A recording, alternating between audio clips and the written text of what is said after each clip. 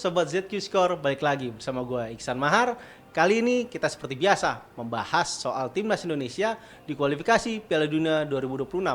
Seperti kalian tahu bahwa Indonesia telah melakoni 6 pertandingan dan menyisakan 4 pertandingan yang akan dilakoni pada tahun depan.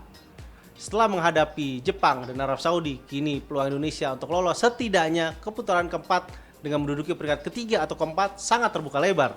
Tapi Indonesia juga masih punya peluang untuk lolos langsung mendampingi Jepang di grup C untuk lolos langsung ke Piala Dunia 2026 dengan menduduki peringkat kedua. Setelah sempat kalah 0-4 dari Jepang, kekalahan yang menyakitkan sekaligus juga yang menunjukkan sekali lagi bahwa kualitas kita masih jauh di bawah raksasa Jepang. Kali ini kita bisa mengalahkan Arab Saudi 2-0. Itu ada kemenangan pertama Indonesia di kualifikasi Piala Dunia 2026, terutama di putaran ketiga, dan juga kemenangan perdana Indonesia melawan Arab Saudi. Setelah sebelumnya, di 17 game sebelumnya, kita selalu menderita 15 kekalahan dan meraih 3 hasil imbang. Setelah kita menderita kekalahan 0-4 dari Jepang, itu menunjukkan bahwa betapa masih jauhnya gap kualitas antara Indonesia yang dihuni oleh 14 pemain naturalisasi dengan raksasa Asia Jepang yang sudah lolos ke Piala Dunia sejak tahun 1998. Mereka punya pembinaan usia dini yang lebih baik dari kita. Itu menunjukkan bahwa mereka pantas menjadi raksasa di Asia hingga saat ini. Tapi kita patut berbangga karena Indonesia akhirnya meraih kemenangan pertama di putaran ketiga kualifikasi Piala Dunia 2026 ketika menang 2-0 atas Arab Saudi. Kemenangan Arab Saudi juga adalah kemenangan pertama Indonesia dalam 18 pertemuan menghadapi Arab Saudi. Dalam 17 game sebelumnya, kita hanya meraih 3 hasil imbang dan menelan 14 kali kekalahan. 2 gol dari Marcelino Ferdinand membuat asa Indonesia untuk lolos tidak hanya memenuhi target minimal duduk di peringkat 4 besar semakin terbuka. Meskipun kita tahu Indonesia memiliki 6 poin yang sama dengan Arab Saudi, Cina dan Bahrain. 4 tim memiliki poin yang sama 6 dan hanya tinggal 1 poin dari Australia yang duduk di peringkat kedua dengan koleksi 7 poin. Dengan perolehan poin yang sangat tipis dan juga sangat berimbang, kan semua tim di grup C sangat terbuka kecuali Jepang yang sudah hanya membutuhkan 1 kemenangan lagi di laga bulan Maret nanti menghadapi Bahrain untuk lolos langsung ke Piala Dunia 2026. Kemenangan menghadapi Arab Saudi juga menunjukkan bahwa ada hal positif dari 6 pertandingan yang telah dijalani oleh Timnas Garuda. Jika melihat laga melawan Jepang, kita melihat statistik dari sisi penyerang Indonesia sudah jauh lebih baik dibandingkan 4 game sebelumnya. Ketika melawan Jepang, kita bisa menghasilkan 3 peluang besar dan juga 5 tembakan di dalam kotak penalti.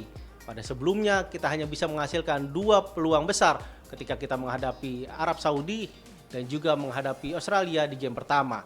Begitupun tembakan paling banyak yang kita hasilkan di kotak penalti adalah ketika kita menghadapi Bahrain yang berakhir imbang 2-2. Ketika menghadapi Arab Saudi, permainan menyerang Indonesia jauh lebih baik. Itu ditunjukkan dengan kita menghasilkan 4 peluang besar. Dan notabene itu adalah angka tertinggi kita di putaran ketiga ini. Dan juga Indonesia menghasilkan 11 tembakan di dalam kotak penalti dari total 18 tembakan yang dihasilkan oleh Marcelino Ferdinand dan kawan-kawan.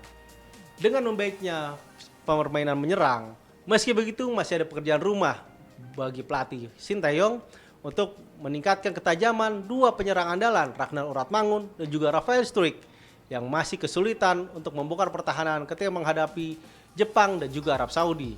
Meski begitu, kita punya Marcelo Ferdinand dan beberapa pemain tengah yang bisa menjadi alternatif gol, yaitu ditunjukkan oleh Marcelino yang mencetak 2 gol ke gawang Arab Saudi.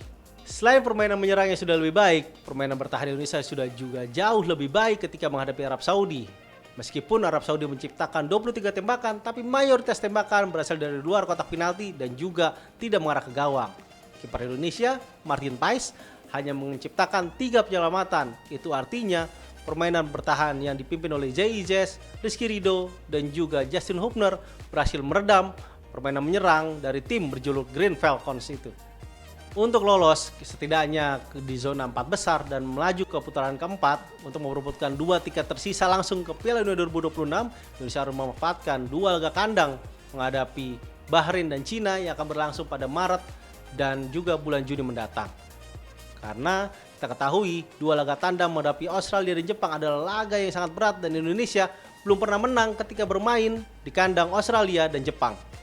Dengan potensi tambahan setidaknya 6 poin, itu akan membuka kans Indonesia minimal berada di peringkat keempat. Merujuk statistik putaran ketiga dari edisi Piala Dunia 2018 dan 2022, setidaknya untuk duduk di peringkat keempat, sebuah tim memiliki rata-rata 11 poin.